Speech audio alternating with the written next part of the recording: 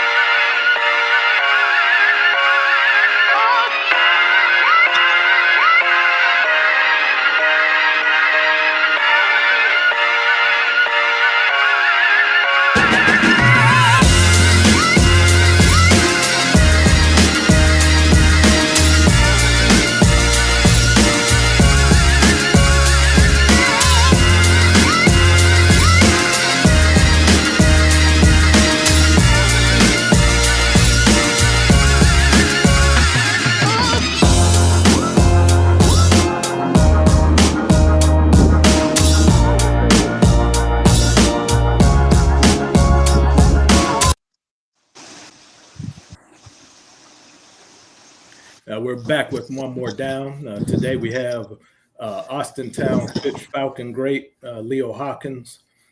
Leo Hawkins was a outstanding running back, one of the best backs of the 1980s in the Steel Valley and the Youngstown area. Leo went on to do great things with the Youngstown State University Penguins. And it's a pleasure to have him on today to get a chance to talk about his athletic experience and his time growing up in Austintown, and just hear what he's into these days and how his life has progressed beyond athletics. Thank you for being a guest today. It's my pleasure to be there, Ron. I'm glad you invited me on, and it's a pleasure for me to come on, and I appreciate it. We'd like to kind of get a insight into who the person is and how their development progressed as they entered into the athletic realm. Would you like to start by telling us a little bit about your family background and your upbringing as you got started in life? Okay. I was born and raised in Memphis, Tennessee, and I left Memphis when I was about 6 years old, and traveled to Youngstown, Ohio when I was about 7. I was raised by a guy named Richard Varga. That's my stepdad, and he got me introduced into football. He was a Marine, and I decided to go for the West Side Coast. I was in Camel originally, and I decided to go to Austintown and play football for the West Side Coast. That's how I always started. So then from West Side Coast, I went to Franco Middle School, and then I ended up going to Austintown Fitch after that. But I was originally supposed to go to Mooney or Ursuline, but I decided not to go to Mooney or Ursuline. I decided to stay with my best friends at Austintown. That's how I ended up being at Austintown Fitch. You know, as you enter into the game of football, who were some of your early influences as you got acclimated to playing the game formally? Originally, when I was a young man, a young child, I used to like Tony Dorsett, Walter Payton, them kind of guys, and then that's pretty much it. I always liked Tony Dorsett and Walter Payton. When I saw them on TV, I knew I wanted to be one of them. So I started around 7, 8 years old. But the funny thing, when I first started playing Little League football, I was a lineman. And then the coach, my stepdad stepped in and he said, listen, why don't you put him at running back for the rest of the practice and see what he does. And then my first carry was 60-something yards. So that's how he put me at running back, and I've been playing running back ever since. But I was originally a lineman. And then, for you, moving over to that running back position, what's that first significant memory that comes to mind for you as a running back? What was that first breakout thing for you? Running that 65-yard touchdown when I was in Little League, and I knew I could be a running back after that. I knew I could be a running back. And did running always just come natural to you, Yeah. or was that something that was developed, in the neighborhood and just playing the rough and tumble around the area? Yeah, playing rough and tumble, running around. I was always a stocky built guy, so everybody always thought I was either heavy set or overweight or whatever. But I could always run. But as I got older, it was a funny thing in high school. When I was about 16, 17 years old, I used to get steroid tested all the time because I was always bigger than everybody else. And everybody thought I was in college. And I was not in college. I was in high school. So I always ran, always stayed in shape. I used to train 3 or 4 times a day. About 7, 8 years old, I already knew what I wanted to be when I was 7, 8 years old. Well, you certainly left your mark at that school. I know as a young man, I started playing youth football right around the time you were peaking and leaving out of high school. And I always used to see your name in the paper, hear your name on the news, and then all the people on the south side of Youngstown always recognized you as one of the formidable players in the area, somebody to be talked about, feared, and respected. Um, the demographics of that area during your time in high school, it was mostly suburban white high school. There was no open enrollment at that time. So for you, growing up out in that area, did you have any challenges, or was Austintown embracing as far as you're concerned? Well, let me tell you a story. My stepdad is white, and my mom's half white. So they pretty much embraced me. Like I was talking earlier, we had a conversation like Andre and Kurt and a couple other guys. They didn't embrace because it was all black family. So I pretty much fit in when I got in at that time. And I know how it was still, a little racist back then, but I pretty much got in. Now you had brought up a name in our pre-conversation of one of the great players out of Austintown ahead of you, Tim McWilson, who was an excellent fullback and running back out there during the early part of the '80s. As you started to make your rise and your impression in Dave Hartman's wing T, can you give me a little insight into what that experience was for you and, establishing yourself as a running back in that system? Yeah, I remember Tim McWilson when I was in middle school. Kurt Morgan, my best friend, and Tim McWilson are relatives. So we was always going to the games anyway to see him play. So I already knew I was going to either go to Ursuline or Mooney or Fitch, but I was always get the games watching the wing T. So the thing about Hartman was Hartman wouldn't play no freshman. And the thing is, everybody in Austintown wanted me to start as a freshman. And because I was running like Tim McWilson at the time. Tim McWilson was one of the top backs in the area at that time. So when I was coming into high school, I already knew I was going to run a wing T, and I already know what position I was going to be in, and Hartman wouldn't play me. And I was already the fastest guy in Fitch as a freshman. But, Hartman was the kind of guy, seniors, juniors, he going to go protocol. But then eventually we had Donnie Jones, my other best friend, come in from Camel. We all came in. He had to play us as a sophomore. He couldn't wait. We couldn't wait. He couldn't wait sophomore, junior, senior year to play us, so he had to play us. Now, certainly playing in the Steel Valley Conference, that's a very tough conference. You're going to have perennial playoff teams coming out of there. You intersected with a lot of great backs that crisscrossed through that conference. What are some of your memories about some of the competition within the league and some of the people that stand out in your mind? There's a lot of, like earlier. Cheney was good. Jim Vivo, the running back at that time was pretty good. Everybody in Steel Valley was Boardman, Ursuline, Warren Wrestling Reserve was in there, Harding. Um, all the teams in the Steel Valley and all the teams in the city were good. So whoever you played week in and week out, you're gonna have a good game. There was no then they bringing in Kent McKinley, top team in the nation, then Maslin, another top team in the nation. So our schedule was probably one of the top schedules in the country as far as all the top teams. You got Ursuline going to the state. You got Mooney going state.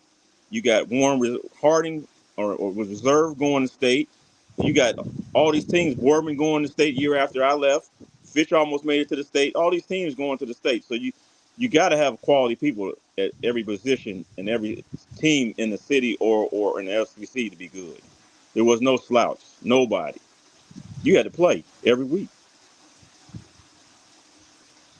So, what for you as a person that is the face of the running back position at Austintown for the '85 and '86 season? You know you're going to get everybody's best. What was your motivation and your drive to succeed? If you can think back to that time period in your life. Back at that time, Fitch has never made a playoffs. Remember, at one time you had to be one or two to get in the playoffs. That I don't understand that. But now today, everybody can get in the playoffs. It don't make no difference what your record is. But our team wanted to be the first team to go to the playoffs, first team to try to get to the state, and the best team Fitch ever had. So the motivation is we had to be in the one or two in the state to get in. It might have been not then. It might have been four my senior year, but before that, it was hard. We was 9-1, 9-1, 9-1. We couldn't get in the state. So either you had to be undefeated or you had to lose one game. So we knew my senior year, we wanted to be the best team that Fitch ever had.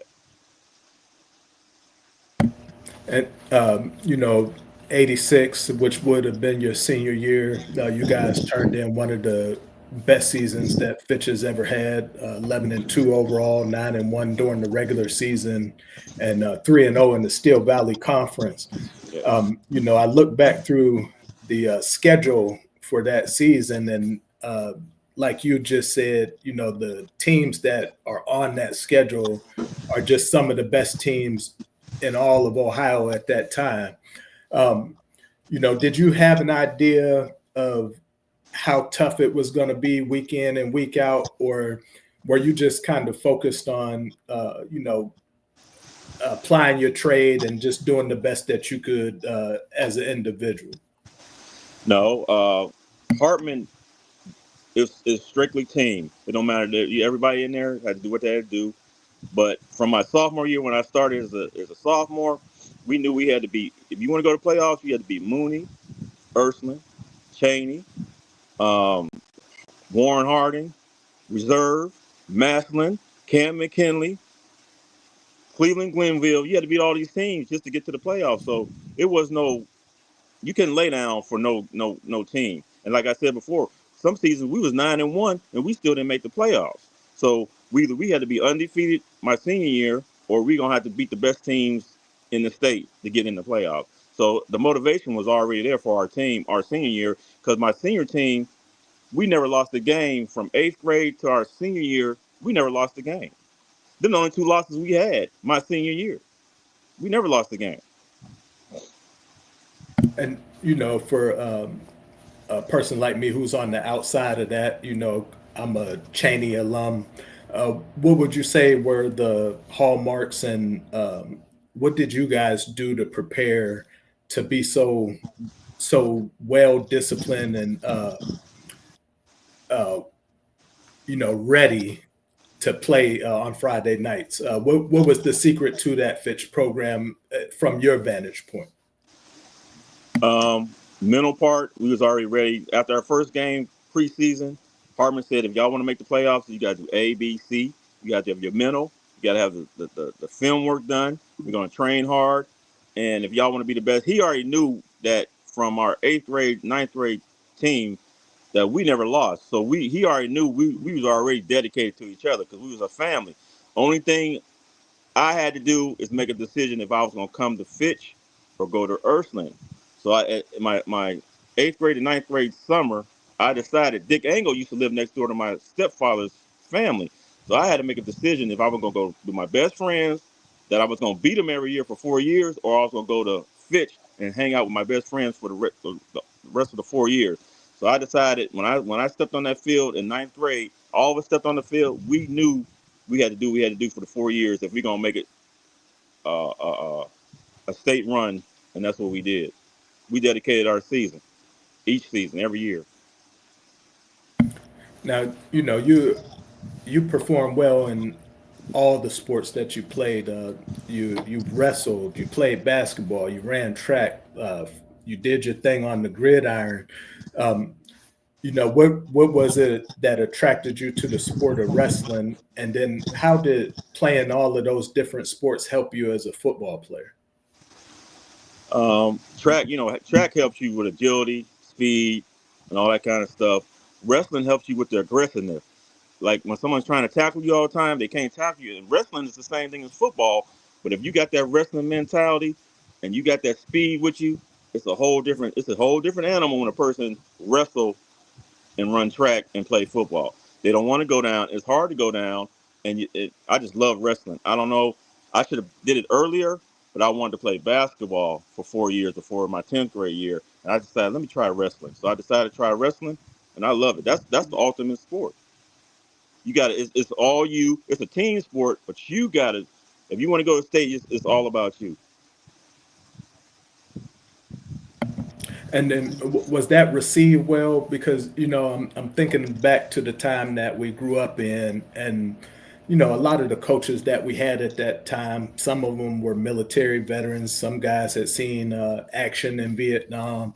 So there's a level of discipline yet distance between player and coach during those 70s and those 80s.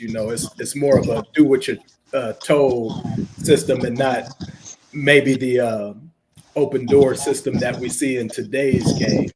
How was that received? You being a multi-sport athlete, and then also a key component of the team's success for football. Did you have to uh, serve two masters, for lack of a better term, or was it encouraged that you participate in those different areas?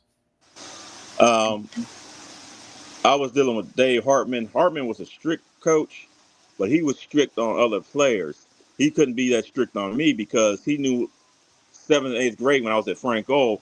He already knew when I was coming up. I already played four sports. So when I was going in, like I said, I was going into my ninth grade year to go to either I was going to go to Fitch or Ursuline.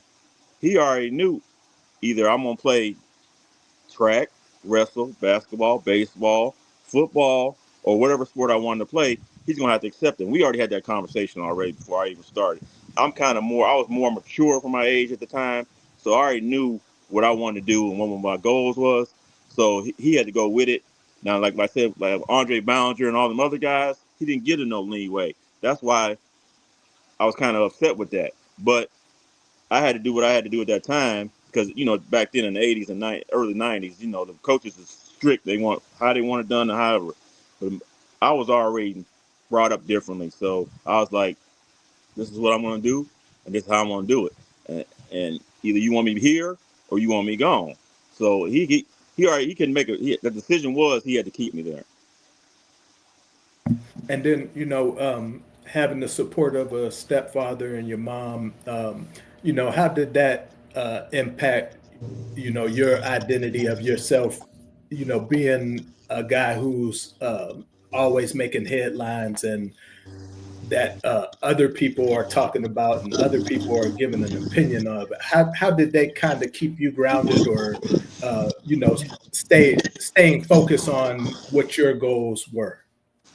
All right, when I was about 11 or 12 years old, my mom and dad they're straightforward. They're lenient in some ways, but my dad's a military dad, so everything's A, B, C. You already strict. This is how we're gonna do it.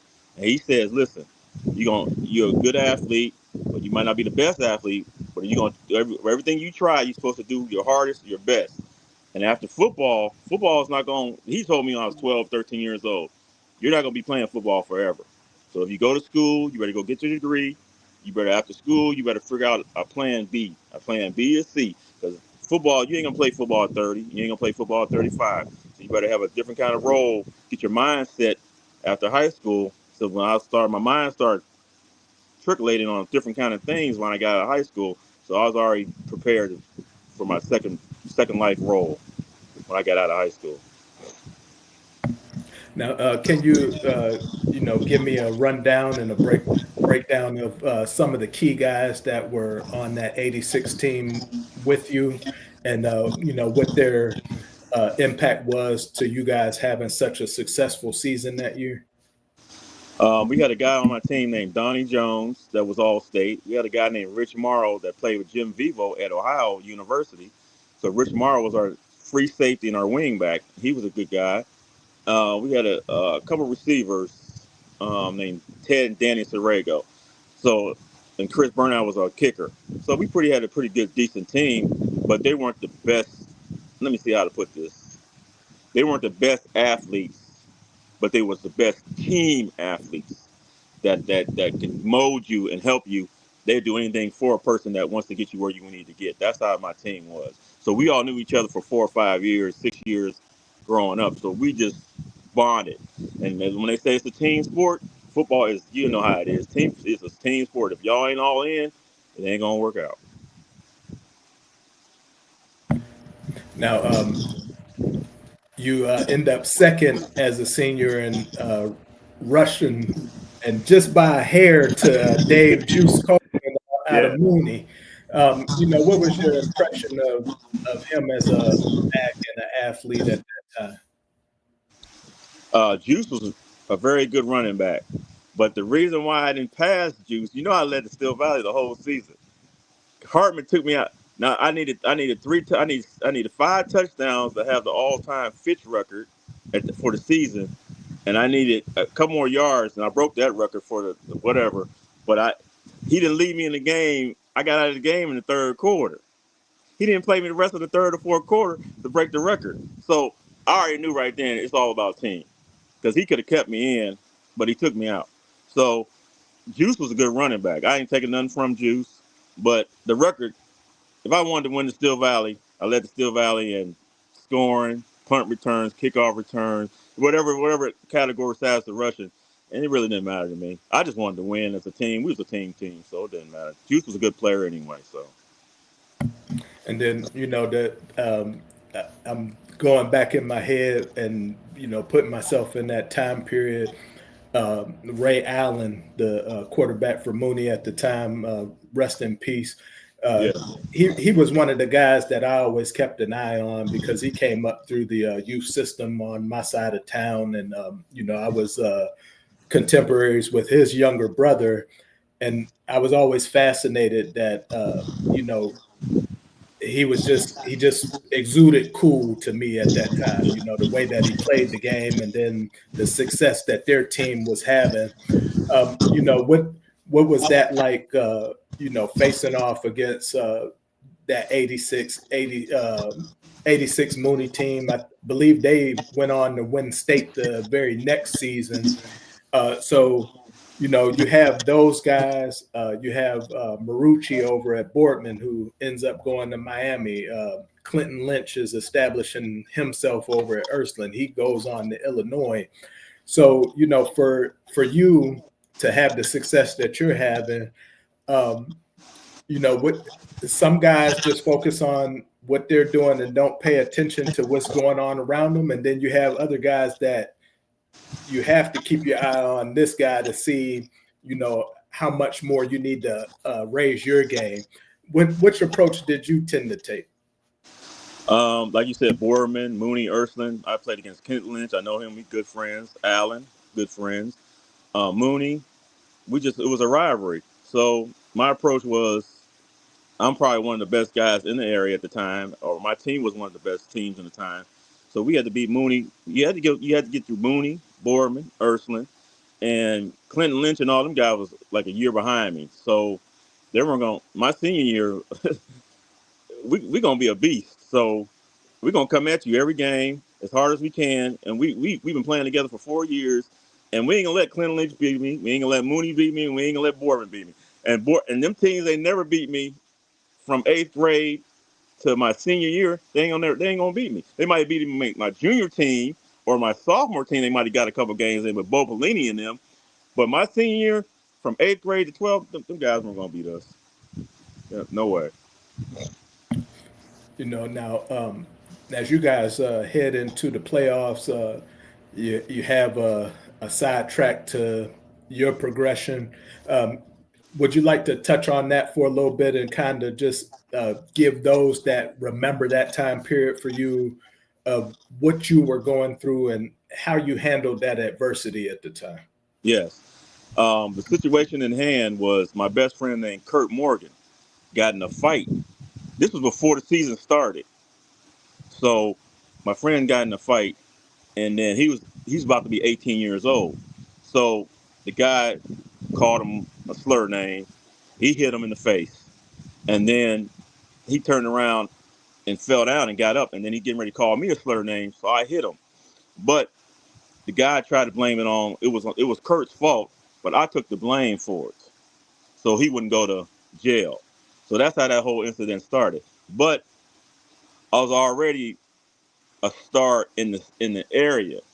So by the time the season was over, the guy that Kurt got in a fight with, he pressed charges on me. So I had to go to juvenile for 7 days.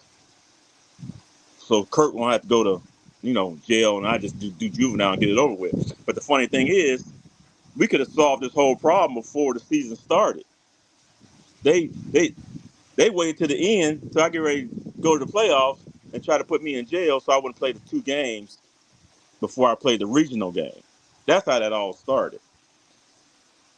Now, if you're going back to a 17-year-old mindset and do you feel like things are in jeopardy for you when you're going through that process? They're taking you down to Martin P. Joyce and running you through the system. And then, when you come out on the other side of that, do you feel people's perception of you change, or the people that love you and know what you're about, did they rally behind you and support you the way that you felt like you should have been supported? Well, at the time, my school and all the people around me supported me. They knew what the situation was. Kurt knew what the situation was. It was my best friend.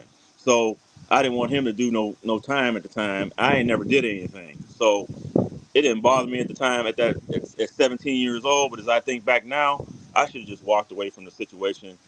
But he would have got in trouble.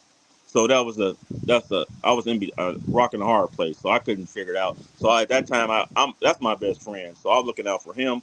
But I had a lot of support, and I had Jim Tressel, all these guys from different universities writing letters saying he should be ready to go, ready to get out and do what I had to do. So I had a lot of support at the time. So I was fine.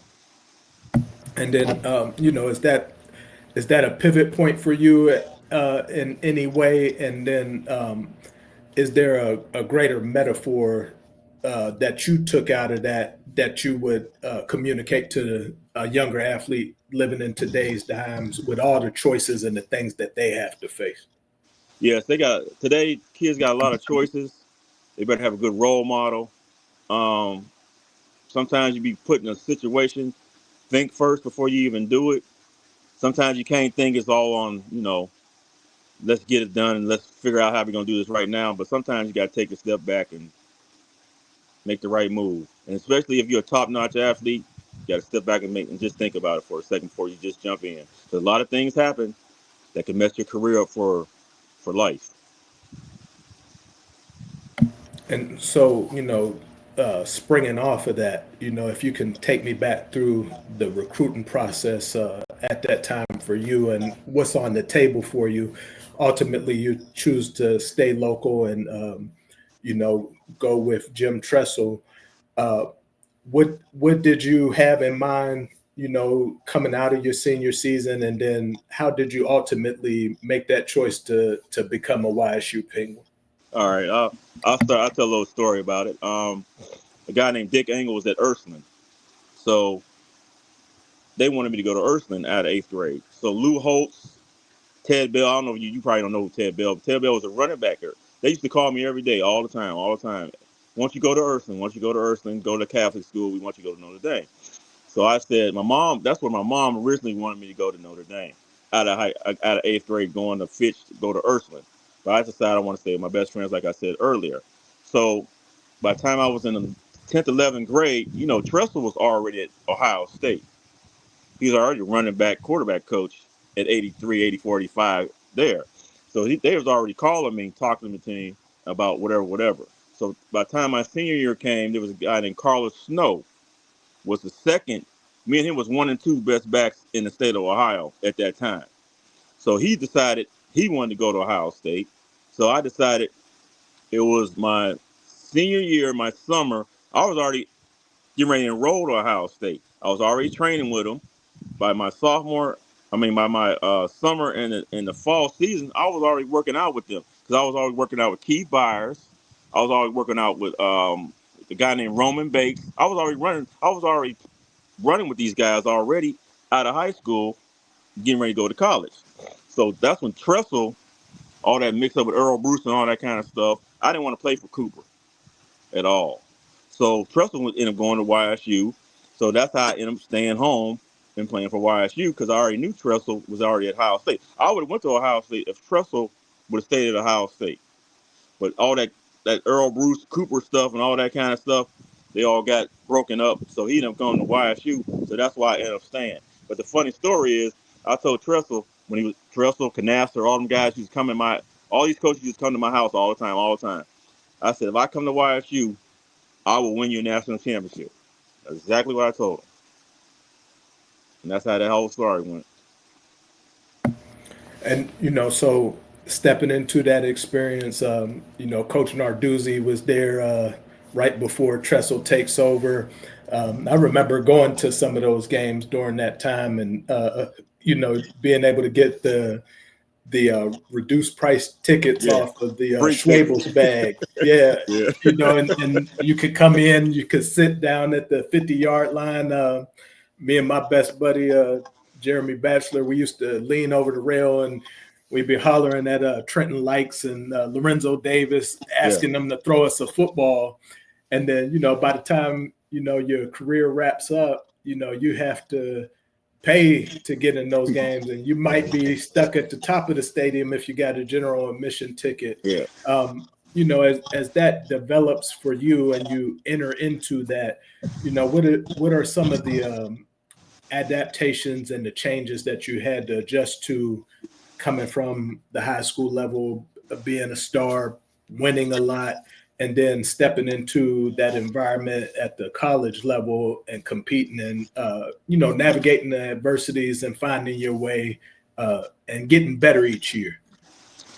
Let me tell you a little bit about Jim Tressel. Jim Tressel is probably one of the greatest mentors, one of the greatest coaches I ever been around, and I've been around a lot of coaches.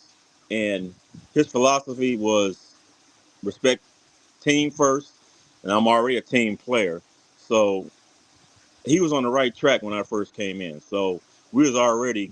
When I first got in my first year, we had J.C. Penney, Lorenzo Davis, Steve Jones. So that team was already Zedlar, all them guys was good. So I already knew if we started recruiting, I'm already there. We start recruiting big time players out of the city and put us all together, because we already at Steel Valley, everybody in Steel Valley already good. If we can keep some of these players here, we can win. We probably can win the national championship. So by the time '89 hit, we start going to playoffs. And then when Sean showed up, Taron showed up, some of the younger guys showed up, and with my philosophy and Ray Isaac and all these guys together, we start putting together, our team's going to jail. So about 89, 90, we knew we're going to be good. From 90 on, we had every player that we needed in every position that we knew we was going to probably be pretty good. So Tressel's philosophy is to build around a team first. There's no I in team, and that's how we roll. And then, the Colonel, Ray Isaac, when he takes over, you guys are able to implement and run the option a little bit more. He's definitely a capable passer and brought some of that inner city grit to that campus. Do you have any thoughts or characterization of his leadership as you guys quarterback during that run? The funny thing about Colonel, that's one of my good friends. We had a guy before him called Chris Gamble, that led the nation in interceptions. So we was betting on Colonel to bring it. He needed to come on in, man, and play. We had a guy named Chris Gamble. He played the first 4 games. He had 14 interceptions. So we was like, dang, we're going to have to change this up. Then Tressel put in a guy named Frank Eady, was no better. So our last resort was either Port, Stanford, or it's going to be Ray Isaac. So both of them was battling for it. Ray fought, and Ray got in. And once Ray got in and started running the option, and once we start throwing the ball, and everything started going undefeated. Sean showed up, Taron showed up, we all showed up. We had some great backs, and everything, and some good receivers. Everything just started falling in place. Now, 90, the team finishes the regular season undefeated. Were you injured that season? I broke my foot right before the season started. I broke my foot, so I was already out that '90 season. That would have been my last year, but then I figured out I had to get back in shape anyway. I laid out for a while, but I knew that '90 team, I could take that '90 team to that '91 team, and we gonna do something with it. I already knew in '90. I already knew in '90. Now, when did you guys know during the 91 season that you had what it took to see it all the way through and ultimately win that national title? Right after Georgia Southern, the Georgia Southern game, They were national championships 2 years in a row, and they haven't lost a home game in like it might have been 3 or 4 years, a home game. So we went down there and beat them. So that's when we realized after that we probably win the national championship after we beat them because we was already 3 or 4-0, and then we lost like 2 or 3 games in a row. That games that like 10-8 that we should have won, or some easy kind of games that we should have won. So after that game in Georgia Southern, after we beat them, we already knew we can win the national championship because they was defending national champions for 2 years in a row. So they had the same team for the last 2 or 3 years. So if we can beat them, we probably can beat anybody in the 1AA playoffs. Now, I remember watching the national title game, and their quarterback at the time was excellent. The Who was the receiver that ended up Troy Brown, and went to the right? Patriots. They had big time guys, a great running back on their side, but Yeah, there was just something about the way that game went back and forth, and then as you get to the later parts of it, you kind of just see that Youngstown mentality kicking in. yeah. What was that experience like for you playing in that game on that stage with all the marbles at stake, and then when you guys win that and accomplish that, what's the reflection like from your vantage point? Um, Going into the game, I pulled my hamstring the game before, but I still was gonna play in that game. But the thing is, we ran the ball. Me and Tanron ran the ball the whole year. The whole year, we just ran the ball down people's throats. Boom, boom, boom. So in the national championship game, I played and I said, listen, Tanron, you probably gonna get most of the carries, do what you got to do. And I told Ray Isaac, you probably gonna pass this game because I ain't gonna be able to play this game because I already had a pulled hamstring. I just played anyway. But that's if you go back and look at that, that's when Ray Isaac started throwing the ball all the time because there was no two running backs at the time. I only played the first quarter, and Tamron was doing what he had to do, but they had to pass the whole situation. So that's when things changed because we was a running team. Um, so as your career wraps up and you're earning your degree, and what's next for you after you realize the college experience is over? How do you find your way into the next part of your life? When I got done at YSU, I had a few tryouts here and there. I was supposed to get drafted by the Seattle Seahawks in the last round, but they just changed their mind. So then I had to go to free agent route. So I went to a few camps. I went to Cincinnati, and then I went to Toronto for a little while. And then when you go to them camps, it's all about a big time name. You already know how it is. And then you can be the best David Meggett, or you can be whoever you want to be. You ain't gonna play that long because they're gonna look for somebody like Eric Ball or Tony Dorsett or somebody from Pitt or Ohio State. You know how it was back in the day. So I knew I wasn't gonna play that long. So I bounced around for a couple of years. Then I decided to go to the service, and after the service, I decided I know what I want to do after the service. So I decided I want to go be a boat captain originally. After that, and I ended up being a boat captain. And so, can you take me through, what it takes to operate and, navigate, and how did you get into that? My uncle was in on the water for years. He was an engineer, and I was in Baton Rouge one time for the summer, and he said, "Do you want to go work a job that works 30 days on, 30 days off?" I said, "Fine, I'll try that." And that was like 1999 or 2000, somewhere around there. And I loved it. I love being on the water and all that kind of stuff. So I've been on the water since 2000, and I worked my way in for about 4 years.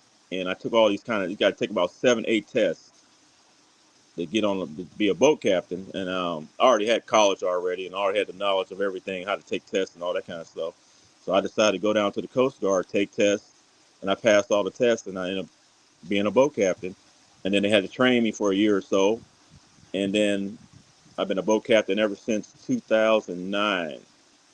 And then just recently, you was trying to call me back and forth. Just recently, I got on a ship. And now I know how to drive a ship not a regular tugboat. I've been driving the ship for the last few months, so I want to learn how to do that. Now, with that type of responsibility, does it give you that same feeling as a competitive athlete, having $1 million pieces of equipment at your disposal, uh, other people up under you? And what are the characteristics that you do in your job that may equate to your experience as a competitive athlete? Well, pretty much if you're a boat captain or whatever job you do in the transportation industry, you have to have a team. And if you don't have a team, it's the same concept as football, but you just don't have that adrenaline rush like you really want to have it. So, but the concept is team. You got to have people, good people around you, surrounding you, or the operation is not going to work.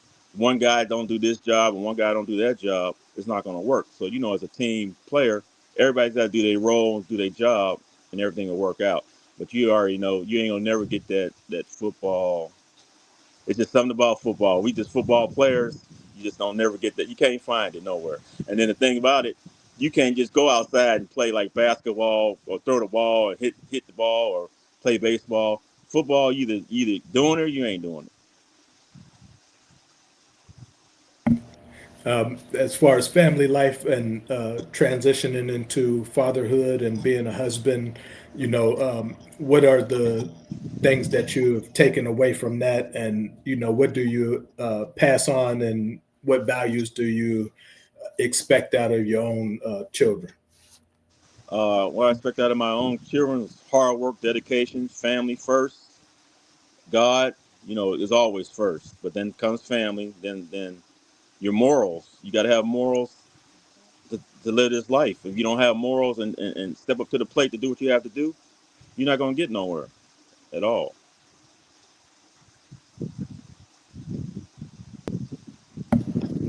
As you reflect back to your time as a younger man and uh, a more muscle bound man and a guy who was determined to get into that end zone by any means necessary, whether that meant running around, pass through, or jumping over the top of somebody. If you had that one more down to repeat in your life, what would that be for Leo Hawkins? Where would that be at? What would you be doing to set that up? If I had one more down, it'd be with my brothers at YSU. 4th and 1. We're down by 6 points. Fake it to Terron Smith and give it to Leo Hawkins. Win a national championship again on national TV.